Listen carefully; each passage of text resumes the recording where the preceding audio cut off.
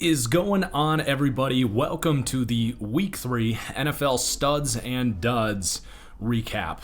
You guys know the deal at this point, but in case you are new, what we do in this series is we go game by game and recap the studs and duds of the week, whose stock is rising, whose stock is falling. While we do that, I will be showing you the movement in my own custom Madden roster update for the week. So they are ratings from a video game, but they are a nice little tool to use to kind of show you my own perceptions of these players and how much that perception is actually moving. So this week is going to be a little bit different. I needed to condense all of my content this week into 3 days of production. I'm going down to Illinois for the weekend. I'll probably be off the grid for the most part. But we normally talk about every single player. We've been pushing 90 minutes for this series for the first few weeks. Definitely going to be shorter this week. I am going to focus on one player for each game. If I have to talk about more than one, I will just have to do that. I'm going to say that and then record for another hour, but hoping to keep this around 30 minutes this week, and then we'll be back to normal moving forward. Again, guys, if you enjoy the series, please do hit that like button. And let's get into it. So starting with the star of the week, we got a new member of the 99 Club. It's time for Patrick Mahomes. And keep in mind, I've had him as the best quarterback in the league for a while, and quite frankly, the best player, pound for pound, because he is a quarterback. But, Madden has a bunch of guys as a 99. I only had Aaron Donald as a 99 overall, and technically Christian McCaffrey this year because the prototype for receiving backs, the formula has changed, and McCaffrey's actually a 99. So actually, Mahomes is the third member of the 99 Club this year. Well-deserved. Really, what this was all about was he actually was not all that, 99 overall last regular season. He was obviously amazing, but not what we're seeing here right now, and not what we saw through some of the playoffs. I think we've seen Mahomes reach his ultimate form, hence this boost up. He has just been phenomenal, obviously from the physical aspects of the game. We know he has that, but his level to manipulate the pocket and sense pressure has reached an all-time high. And then on top of that, just the mental side of processing and having all of the answers to the test is what I said in my podcast yesterday. Or on Wednesday. You're going to be listening to this on a delayed recording. But anyway, if you blitz him, he's got an answer for it. He's going to find the one-on-one and throw a dime. If you drop into zone coverage and rush 4, he's going to pick you apart. If you run man coverage, he will scramble or just find the open man. It's ridiculous what he's doing from a mental standpoint, and it's been difficult at times to separate him from the play calling and the receiving core and be like, is he really the best quarterback of all time, or is it just a healthy balance of all this stuff? And he is playing like the best quarterback of all time right now. It's just insane. You have to play perfect to beat the Chiefs right now. Wow. So Patrick Mahomes going up to a 99 overall. About time. Well-deserved. And then for the dud of the week, another quarterback, we're gonna pile on Carson Wentz. We're gonna join 99.9% of the world. Even Eagles fans are piling on. He's playing like crap. There's no way around it. He has not been seeing the field well. He's making mistakes. But what's probably even worse is the accuracy. He's sailing balls over the middle of the field. He's shorting guys thrown to the outside. He just doesn't have it right now. And there is a piece of me that thinks this is going to be a reverse jinx on him, and he's going to come out and, as you guys will have had seen yesterday, I actually picked the Eagles to beat the Niners on Sunday. So I think there's a chance that he flips this thing back around, what we call positive regression, but he is putting out really poor film right now and needs to be criticized for that. And if he continues to play like this, the Jalen Hurts conversations are going to pop up, and we're really going to start talking about what do you do with Carson Wentz. I'm not ready to have these conversations about benching him quite yet or trading him or going on in that direction, but it is starting to kick those tires. So -2 for Carson Wentz. I do believe in the guy for the future, but man, is he not playing well this year. All right, so let's get into the first game here. Again, we're going to highlight one player each game for each team. Starting with the Chicago Bears, Mitch Trubisky is going to drop down 1 overall, gets benched this week. It'll be Nick Foles moving forward. He had a little fun this year, but was not playing well against one of the worst defenses in the league. Bears didn't waste any time taking him out in a game that they felt was very winnable, that the plays were there, and he wasn't making them. So they take him out. I think Mitch Trubisky's probably done. I will say, if he could, the one scenario I could see him figuring it out would be one of these Shanahan-McVay schemes where the coordinator completely lives vicariously through the quarterback, and you draw up basically easy vertical shots, utilize their mobility, and maybe even get them involved in some read option stuff. A scheme change could do similar things to what we've seen with, say, Ryan Tannehill. I'm not going to predict that happens, but if we see it for a different team, which is clearly the direction this is going, it wouldn't stun me. Like, what if the Niners, for example, signed Mitchell Trubisky on a 1-year cheap contract and Jimmy Garoppolo went down? I could see it. I could really see him reviving his career, but I don't think it's going to be with the Chicago Bears under this scheme with Matt Nagy. Then for the Atlanta Falcons, not a crazy movement here, but the cornerback Isaiah Oliver is playing well. He's a player that they are relying on, and they desperately need the secondary to step up. If he can continue to do that, it'll be a boost. A couple pass deflections for him. Holding his own. He even held his own against DK Metcalf. He got burnt deep once, but I like seeing the toughness from a bigger corner in this cover 3 heavy scheme that they run. So he's a good scheme fit. He's playing well. I liked him coming out of Colorado, so a boost this week for him. All right, the next game here is the Rams at Buffalo Bills. This was one of the games of the week, and the riser here that we're going to talk about is going to be Jared Goff, who's going up to an 80 overall. Really impressed from what I'm seeing. Now, we always knew that the vertical accuracy was there, the arm talent, very much underrated, but he is really processing at a high level right now. He's not making mistakes. He's even manipulating the pocket more than I've seen before. He's comfortable. I would even say he's actually calling audibles out there. It's still mostly McVay scheming up just a flawless offense that is really well executed by the offensive line. These receivers certainly doing him favors. But Jared Goff has impressed me. I think he's climbed over like Kirk Cousins for sure, who's been a common comparison. But when you talk about his just accuracy and the fact that from a mental aspect, he continues to kind of grow. And this is a tangent. We're going to do this. We're going to go an hour. And I might regret saying this, but he's still young. Like, there's quarterbacks like him that have become elite quarterbacks.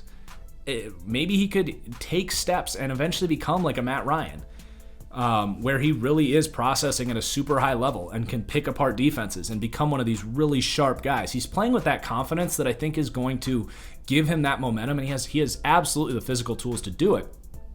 Now, this offense is going to limit some of that stuff, but he's still young and he's growing. So I'm impressed from what we're seeing from Jared Goff. And then flipping over to the Buffalo Bills side of the ball, Josh Allen is going to go up. And if it weren't for Patrick Mahomes doing what he did on Monday night, Josh Allen would have been the star of the week. I've kind of gone back and forth with Bills fans because they think he's a top 5 quarterback already. And, you know, he is playing in the first 3 weeks like a top 5 quarterback, and that's why he's been going up. He's gone up 3 overall in the first 3 weeks. That's pretty rapid climbing for a quarterback. I've talked about it a lot, so I won't drone on about it. You can check out what I've said about him on my podcast and the power rankings and all that stuff, but really encouraging for Josh Allen to see the game slowing down. He's throwing with touch and anticipation. The accuracy is improving. I would say that the turnover-worthy plays are still there. That might be the one last thing in the fold here that we want to see him get rid of. Kind of those crazy head-scratching plays. And if he can remove those, we're going to really start talking about Josh Allen as an elite upside quarterback, because those things can be backbreakers. And I think they're very much on film still.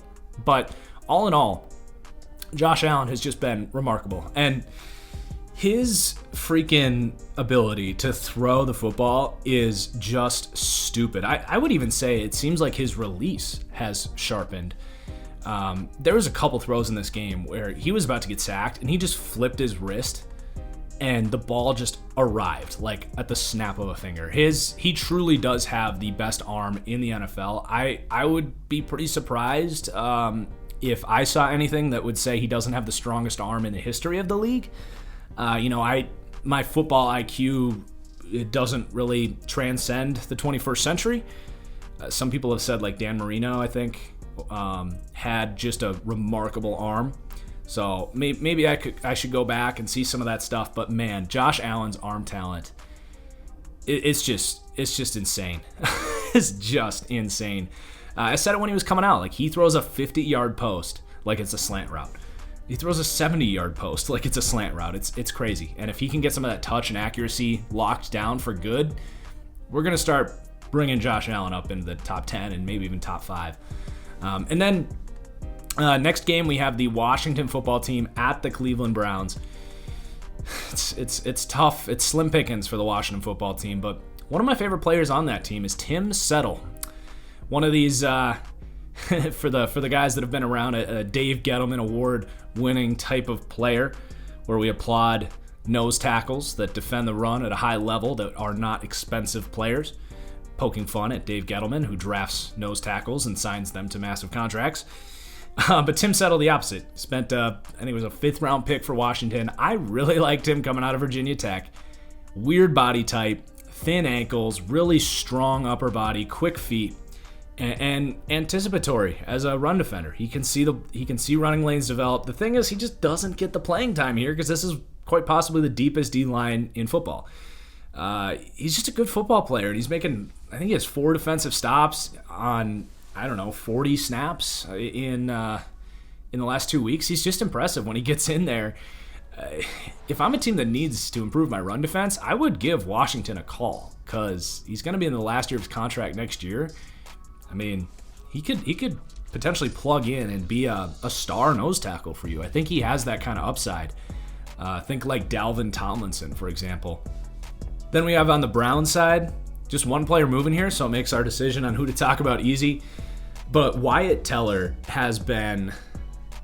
Is it safe to say he's been the biggest breakout in the NFL this year? I guess there's like James Robinson, but non-rookie, Wyatt Teller has gone from a guy that was like a good run blocker who was kind of just this average starting caliber guard for the Browns last year that was a nice, cute little pickup from the Bills, to now it's like, how were they able to get this guy?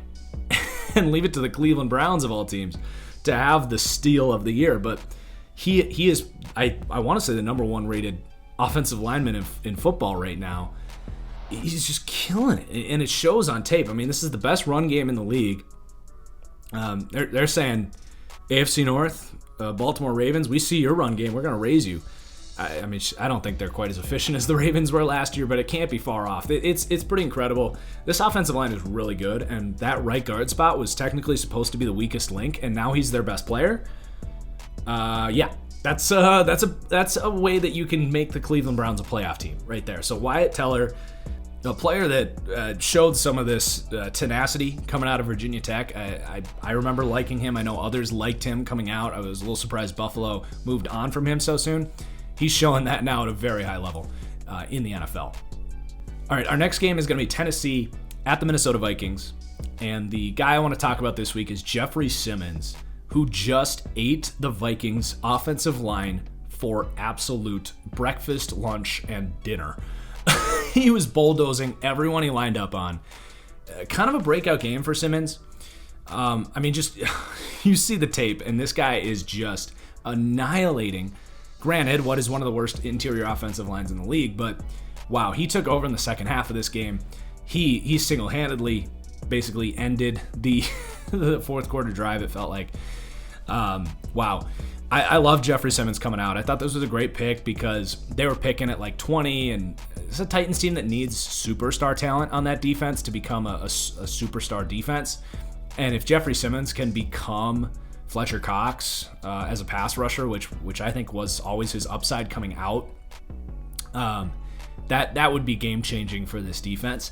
And this was kind of a statement game from Jeffrey Simmons. So really impressed from what we've seen there. He's been a little bit bipolar since he came into the league, so I want to see some more consistency there, but I really liked what I saw. And then another young player here, Justin Jefferson for the Minnesota Vikings. That man looked like he belonged in the first round. Like the Vikings took him. This guy is just a baller. The big thing that stands out to me about Justin Jefferson is when you look at his college tape, I think he played 6-8 snaps in the slot at LSU. And myself, and pretty much everyone included, was like, yeah, I mean, typically you don't see these slot guys step outside and translate on the outside at the NFL level. And you usually don't take a slot receiver super high in the draft. But that said, he came out, he ran a 4.44. We dubbed him Justin Jeff 4.44 son. I think it was someone in the comments that gifted me that. I don't want to take credit for that. I totally stole it and then didn't give the person credit. So whoever came up with that, if you're still watching and want to let me know, I would love to give you credit because I did not come up with that myself. But anyway, he comes in, gets his first full start, and I hinted at this last week. That was a good call for us on this channel. I said in Studs and Duds last week that he's looked good when he's gotten the ball and that Tennessee has shown some weaknesses in the secondary and that Justin Jefferson could have a good week, and he went off for like 150 yards, a touchdown, like 7 catches, blew up, an explosive play, showing some run after the catch ability. I just think that the Vikings found a star receiver in Justin Jefferson. The Philadelphia Eagles passed on him for Jalen Reagor, who I had a 3rd-round grade on. We'll see what comes of his career, but man, this man, outstanding breakout week for Justin Jefferson. Going to get that respect.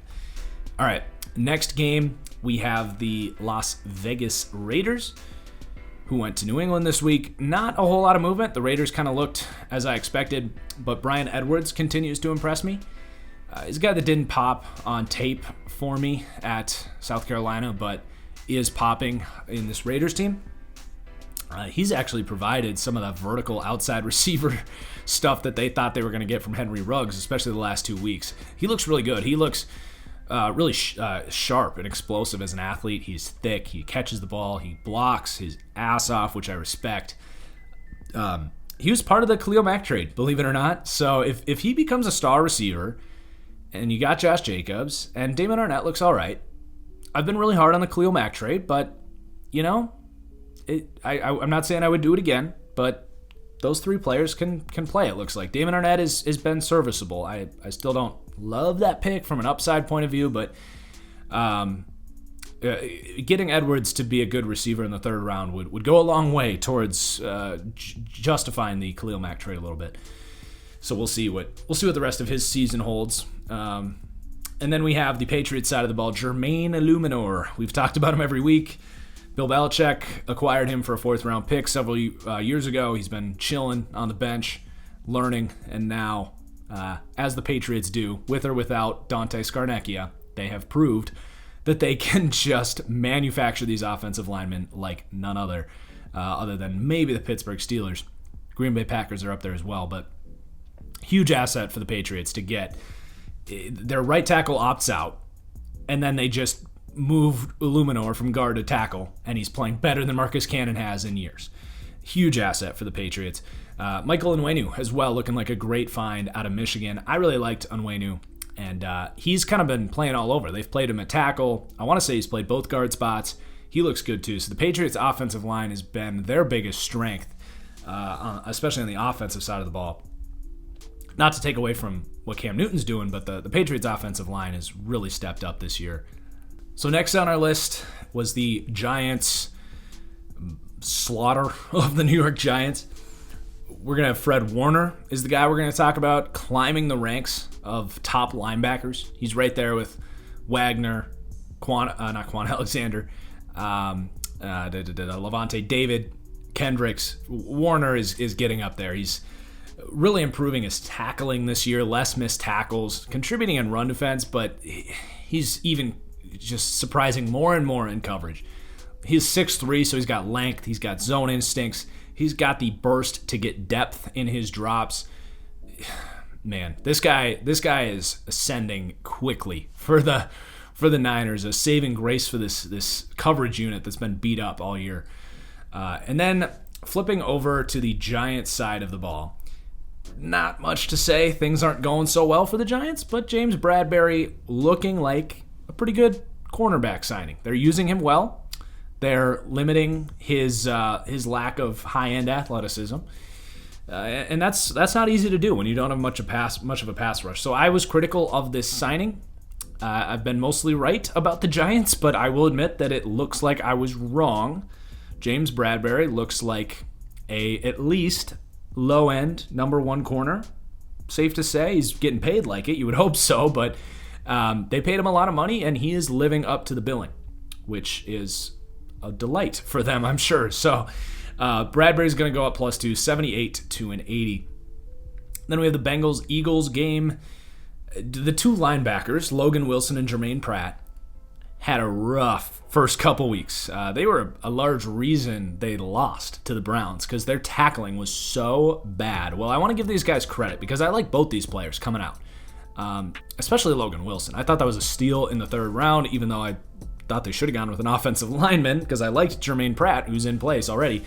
But I got to give these guys credit. They really seemed to have taken a look in the mirror and said, we got some decent coverage instincts. And Logan Wilson had a great pick in this game, really threw off Carson Wentz, trying to throw to the second level, kind of baited him on a leveling concept. It was great zone coverage by Logan Wilson.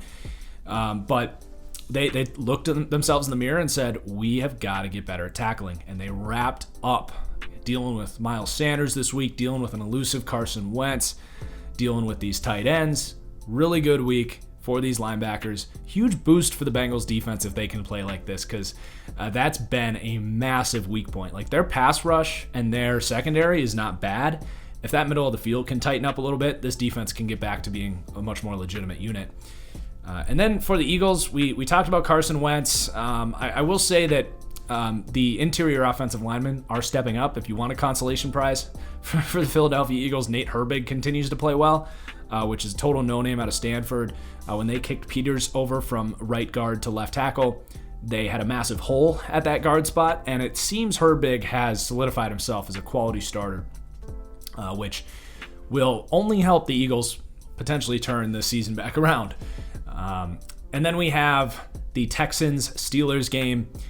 The guy I'm going to talk about here for the Texans, who are now 0-3, really struggling, is Eric Murray. So another free agent signing that I didn't really understand. This is a converted corner out of Minnesota. He's been fine. He's mostly played free safety in his career.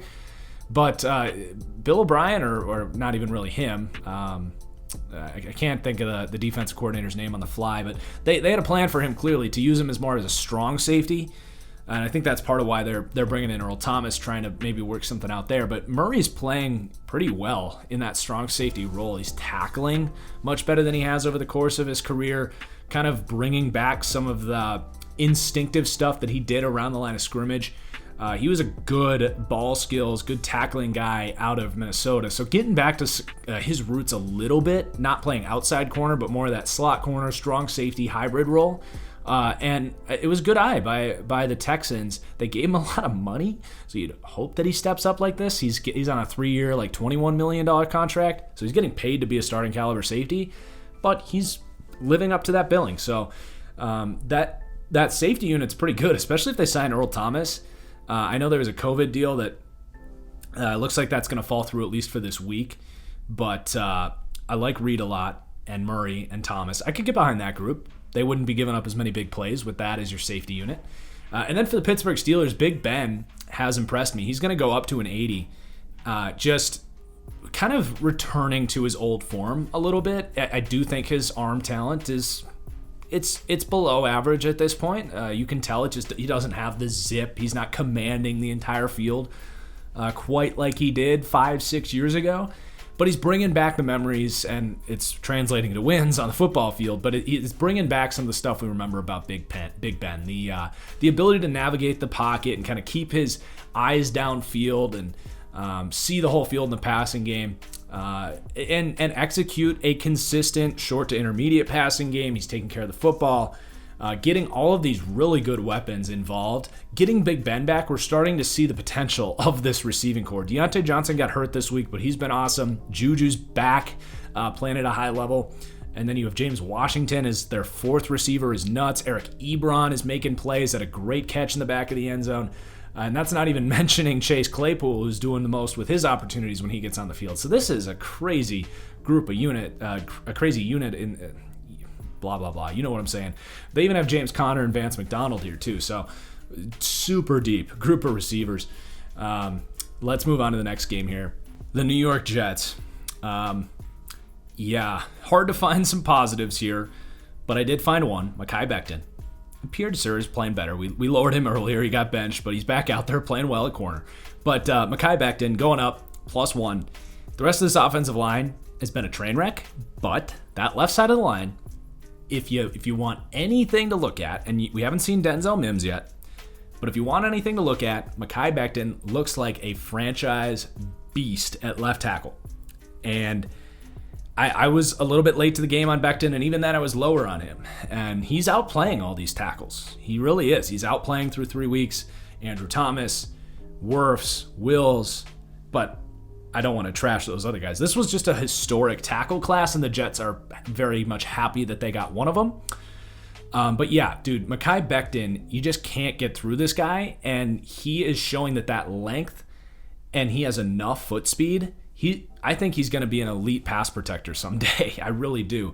And he's been better as a run blocker too. I talked about it last week, but they asked him to do a lot of move blocking at Louisville. He's a huge dude. He's very athletic. I didn't love what I saw from him on the move as opposed to some of these guys like Wills and Thomas. So if you want to talk about like an outside zone blocking scheme, which is like what the Browns have, which is I think why they went with Wills instead of Becton. Or Wirfs, Jedrick Wills, Tristan Wirfs. Yeah, they drafted Jedrick Wills out of Alabama. Sorry. But the inside zone scheme here, where he doesn't need to get fully in space, he just needs to, move the guy in front of him. He's been really effective at that. So I'm really impressed from what I've seen from Mekhi Becton. Whether it's Darnold moving forward or a different quarterback, they're going to have that blindside protection. And you can feel really freaking good about that if you're a Jets fan. They just have to fix pretty much everything else on the offensive side of the ball. But you got that left tackle figured out. And then I have to mention Bryce Huff. I was screaming for this guy to get drafted on day 3. I didn't understand it. This is a guy that reached out to me on Twitter and thanked me for the love and really nice guy. And I told him, dude, just, wherever you go, ball out, you do you. Like, the tape shows that you just plow guys over. You are a beast. Flies off the ball. He gets on the field this week. They have kind of a deep group of edge players, and he gets on there. He gets a pressure. I think he's going to earn more and more playing time. I'm a big believer in Bryce Huff. I don't know why he didn't get a combine invite. I thought it was one of the biggest combine snubs that I can remember. There's clearly not like an off-field problem with this guy.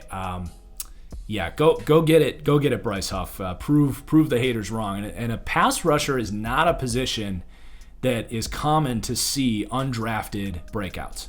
It's not running backs. It's not, offensive line. We see these undrafted breakouts. Defensive line, defensive tackles, even linebackers, safeties. You don't see a whole lot of undrafted pass rushers like Bryce Huff. So I have to talk about Bryce Huff. Good to see him get on the field. Go get that bread, Bryce.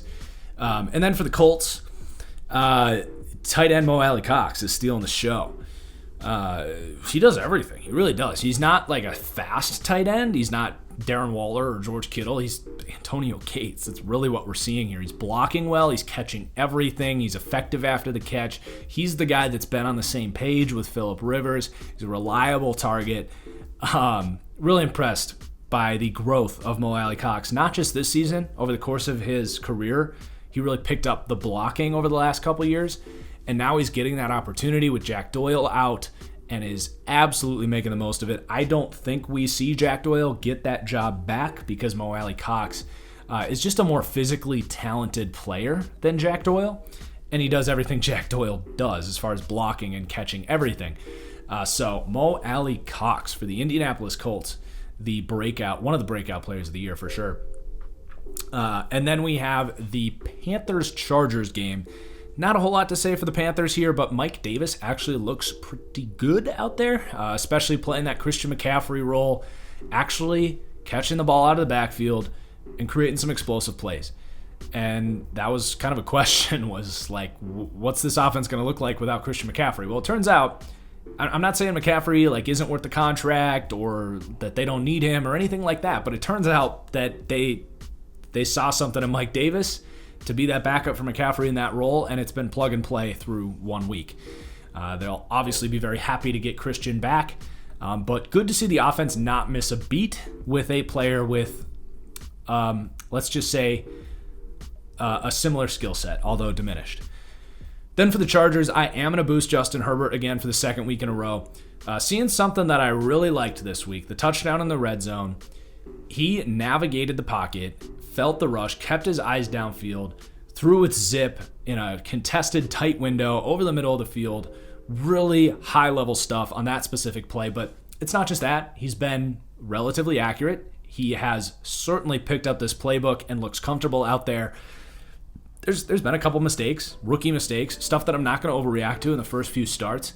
But like I always say, you get a blank slate when you get to the NFL. I did not think this was a good draft pick. I hope he proves me wrong. I really do. So Justin Herbert going to get some respect this week. I don't think it's anything crazy. There's still been some things to criticize, but at least climbing up towards more of that starting caliber tier of quarterback. Then we have the Lions-Cardinals game. Terrell Crosby for the third week in a row. I like this guy coming out of Oregon. I had a second-round grade on him. He fell to the 6th because of a lack of athletic traits. Well, the dude's a beast. He's taking that right tackle job. I think that's safe to say. I want to credit the Lions for the self-evaluation here, because I think they're right here by kicking Vaitai into right guard, who did not have a good week this week, by the way. He's going down.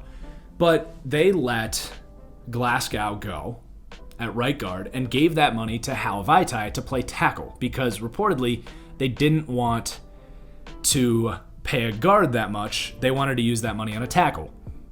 I don't know why they didn't just keep Rick Wagner, but anyway, I hated how they botched that.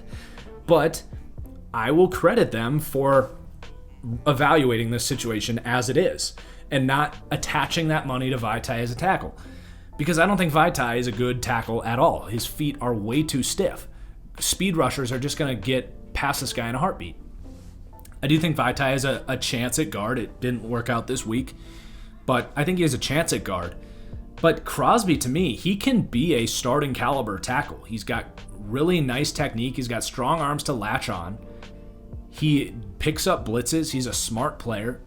He's played all over the place. He kicked ass at Oregon for like 3 straight years. I like Tyrell Crosby. He doesn't have the elite foot speed and the ability to get great depth in his pass sets, and he's not going to be flying out on screen plays and lighting dudes up, but he's just a steady player. And I want to credit the Lions for recognizing his work ethic to develop here. He's developed as a run blocker. His get off looks better than I remember at Oregon. So I really like what I'm seeing from Terrell Crosby. Vaitai, on the other hand, he's got to be better at guard. But at the end of the day, if Crosby's good, I think Vaitai's contract was pretty front-loaded. They can move on from that pretty quickly.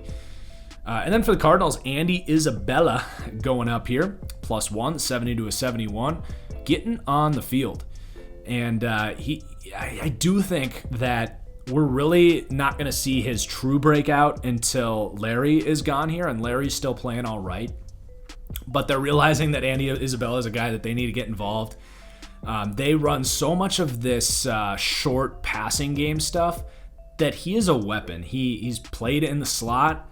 He showed a really nice route out of the slot for that touchdown.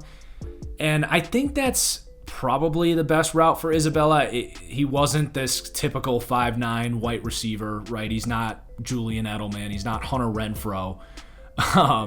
which I think a lot of people were initially prototyping him as that, but he comes out and runs like a 4.29. Like, he has legit speed to be a deep threat, and he played outside at UMass. But I will say that he looks really good playing some of that slot stuff. He's super quick. He's tough. And he clearly runs good routes. That was a beautiful out route to create some quick separation. So he's a versatile weapon that I think can play out of the slot, get open quick, but also step outside and play vertical. Think like Brandon Cooks a little bit. An interesting piece for this offense, to say the least. Getting involved in a crowded receiving room. All right, 4 more games to go. We have the Buccs Broncos game. There was a lot of players close for me for the Bucks. Thought about Gronk. Thought about Scotty Miller. Some of these defensive backs playing really well. It's a young group of corners that I really like. Antoine Winfield. All these guys, I think if they play really well this week, could be due for a lot of movement next week for the Bucks. I just want to see it probably one more week against not Driscoll and Ripien.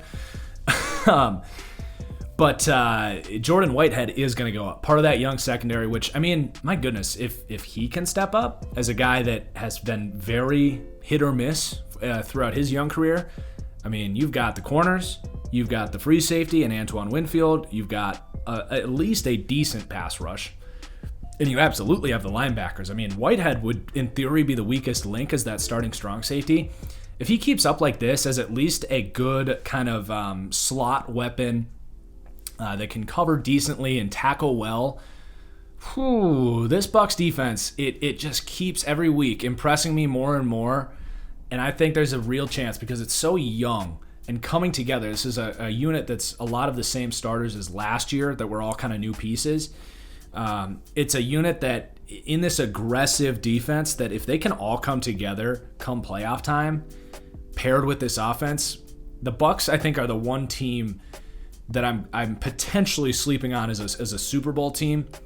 As I talk about like the for those that follow me on Twitter, I was talking about like the Chiefs, Packers, and Seahawks as kind of the 3 teams I would be betting on right now. The Bucs, if that defense continues to grow, I could see in like a week or two maybe throwing the Bucs in there, getting a little bet on them. But then for the Broncos, this offensive line's got some movement. So Lloyd Cushenberry, I actually raised him week 1. I don't really know why, to be honest. Like, he was fine. He looked like a capable starting center. I think I was too quickly giving up on my take on him because I was so not impressed by Lloyd Cushenberry. I stood by my viewpoint on him that I had a 6th-round grade on him, but literally everybody, and people told me this, they're like, why are you the only one in the entire draft community that doesn't have a 3rd or higher round grade on Cushenberry? And I'm like, I didn't see it. Like, Burrow was running for his life. He didn't grade out well. When I watched the 2 games I watched of Cushenberry, he didn't impress me at all. His feet looked clunky. He got caught leaning. He got bulldozed by Derek Brown. And I wasn't a fan. I really was not a fan. But everybody loved this guy. So I raised him week 1 when he came out week 1 and was fine. Like, he graded out as a starting caliber player. And I was like, all right, looks like I was wrong. But the last 2 weeks, and I'm not trying to like be biased on my draft take here either, but he literally has been just obliterated the last 2 weeks. It's been embarrassing. He's given up like 5 or 6 pressures, 2 or 3 sacks. It's not looking good. And it's been against some good competition. He was dealing with Vita Vea this week. Who was it? Oh, the Steelers last week. But, like, welcome to the NFL, dude. If you're going to play like crap, I don't care who it's against, you're going to go down. Until proven otherwise. I was not a huge fan of that pick. We'll see if he can turn it around. But as for Garrett Bowles, hella impressive season. I'm pretty sure this is a contract year for him. And it all makes sense because there was reports, and I've said this every week, but it just makes sense. It all stacks up here. That he's been much better in the end of the season because he shows up to the start of the season out of shape. And that makes sense. You got thin air in Denver, dealing with that. Everything stacks up. And then the last 6 weeks of the season, he gets in game shape, and he grades out as one of the best tackles in football. Well, the reports were this year, he looked different. He looked like he was in shape. These were not reports that had been leaked in training camps past. And he shows up week 1 and he is kicking ass. He's one of the highest graded tackles in football, holding up that end of the offensive line as the rest of the unit kind of struggles. This could become a pretty major expense for Denver if they don't lock him up quickly. I would be constantly on the phone like, hey, can we get you at 15? Can we get you at 16? Because Garrett Bowles is playing like a $20 million tackle this season. And if he continues that, he's probably going to demand that and be one of the highest paid free agents of the last few years. Next up, we have the Cowboys Seahawks game that was just a burner. For the Cowboys, Aldon Smith really standing out. He's going to go up +3. Definitely a star of the week candidate. 8 pressures, 3 sacks this week, I think it was. Or it might have just been 2. But he looks like old Aldon Smith, which I did not think was going to happen. I'm not going to apologize for doubting that he would come back after 4 years and, be one of the best pass rushers in the league. If they can get DeMarcus Lawrence to get going here, because Lawrence hasn't been all that, that would really help this defense. Because you have potentially, and then you could maybe mix in Everson Griffin as an interior rusher. The possibilities, or even Lawrence as an interior guy, the possibilities really open up here with Aldon Smith playing like this. So hopefully they can get him really going, because he looks like a all-pro type of edge player right now. So good for Aldon Smith, and good for the Cowboys for cheaply replacing what they had in Robert Quinn last year in a somewhat similar player with that explosiveness off the edge. Then for the Seahawks, both Russ and Metcalf are going up. We've all seen the game. We've all seen Russell Wilson this year. It's been crazy explosive, and they're going to get some respect for it. Talked a lot about Russell Wilson. I'm just gonna move on here. I'm sorry, Seahawks fans, if you want more than that. I think Russ, if it weren't for Patrick Mahomes' elite performance on Monday night, we'd be looking at Russ and Patrick Mahomes being pretty much tied in my eyes. But Mahomes saw what Wilson did Sunday afternoon and was like, oh man, I got to remind everyone who QB1 is, and he did it. But Russ is playing historic ball. Really, the top 3 guys, Mahomes, Russ, and Rodgers, are all having a historic QB season. If they all continue their pace, these very realistically could be the 3 greatest quarterbacked seasons we've ever seen. And I think there's factors for that. Everything from the rule changes to a year where you've got COVID and no fans, and these are all really smart quarterbacks that can take advantage of hard counts and manipulating the pass rush through the hard count. There's other reasons for it, but man, that would be crazy to look back on the season and say that those were the 3 highest level quarterbacked seasons we've ever seen in 1 year. So good for Russ. And then for the Packers, it's the same. Aaron Rodgers, he's going to go up +2, 91 to a 93. Man, he's been impressive, and I don't know if I'm just trying to kind of pump the brakes so that I'm not disappointed and have to lower him later. But I don't know how you can deny what he's doing right now. And quite frankly, he's playing at the same level as the other 2 guys. He's right up there, everything. I think what's been most impressive about Rodgers is, he's kind of self-corrected his accuracy stuff, and the ball seems to be coming out with more zip down the field. But the playing in rhythm stuff and being comfortable in this offense in year 2 is something I think we probably underestimated. And he looks just so comfortable. He's got that killer instinct in him. The Jordan Love pick seems to have motivated him. So I would say Rodgers, if he goes off against Atlanta again, will probably go up again in 94, 95 range. And then if he continues it and plays like this MVP level Rodgers, he could start creeping up there. I wouldn't be stunned if we ended the season with Rodgers, Russ, and Mahomes all at 99. If you want to talk about Madden, the only thing with Russ, I would say, is he does it in more of a one-dimensional way. Like, his wow stuff is all vertical, insane plays. Like, he already has 99 deep accuracy, for example. I can't boost that. He's not doing things on film that would boost the short stuff necessarily.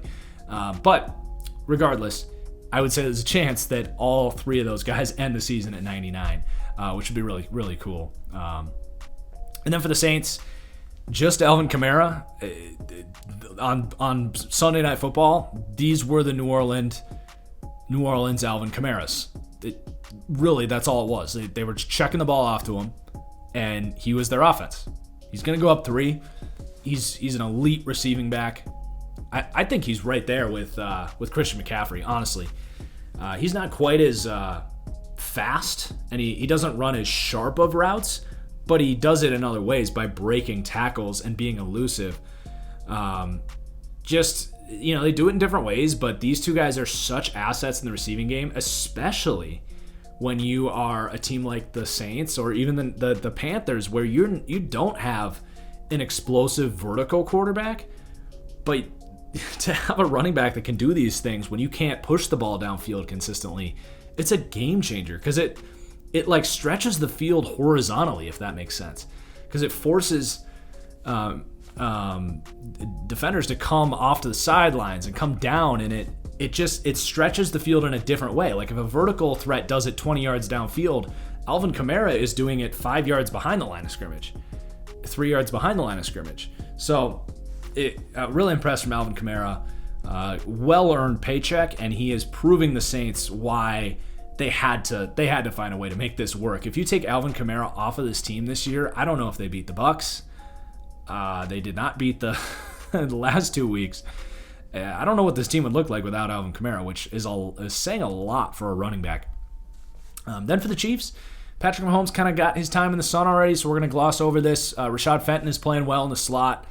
Sorry, not in the slot. He's playing outside. They're getting a lot of corners to step up, which is a big deal for them. You got Fenton, you got Snead. They're going to get Brashad Breeland back off a suspension after this week, and then you have, of course, Charvarius Ward stepping in and playing well this week. So the corner group for Kansas City is playing well. I will say the linebackers there, Willie Gay did not look good, but their defense is underrated because the offense gets all the talk, but they're one of the better defenses in the league right now. And then for the Ravens, I'll talk about Ronnie Stanley, who's been incredible. What's notable here is I think the Ravens, both by choice and by necessity by playing the Chiefs, they've been in more traditional pass sets. I think we saw it week 1, week 2. That was kind of like they know internally that they need to eventually stem off of this one-dimensional, three-dimensional offense, if that makes sense. Like what they do is very multiple, but if you can stop that one thing, they're a one-dimensional team, and they've, I think by the nature of their own organization, they've recognized that and said we want to use this week against the Browns to open up this passing game a little bit and get Lamar more comfortable dropping back 25, 30 times a game, and that's been the one thing with Ronnie Stanley is like you just didn't have the volume of traditional pass sets to know if he's there with like David Bakhtiari as the premier pass protecting left tackle. We know he run blocks. We know he's a really good pass protector on the amount of snaps that he did have. But they're continuing to have more traditional sets, and Stanley has been incredible. It's tough to say who you'd rather have between Stanley and Bach, who have been so good this year. I know I said that the Browns guard has been like the highest rated lineman in football, but I'd have to double check that after week 3 because I think Stanley and Bakhtiari are right there. So good for Ronnie Stanley, continues to grow up.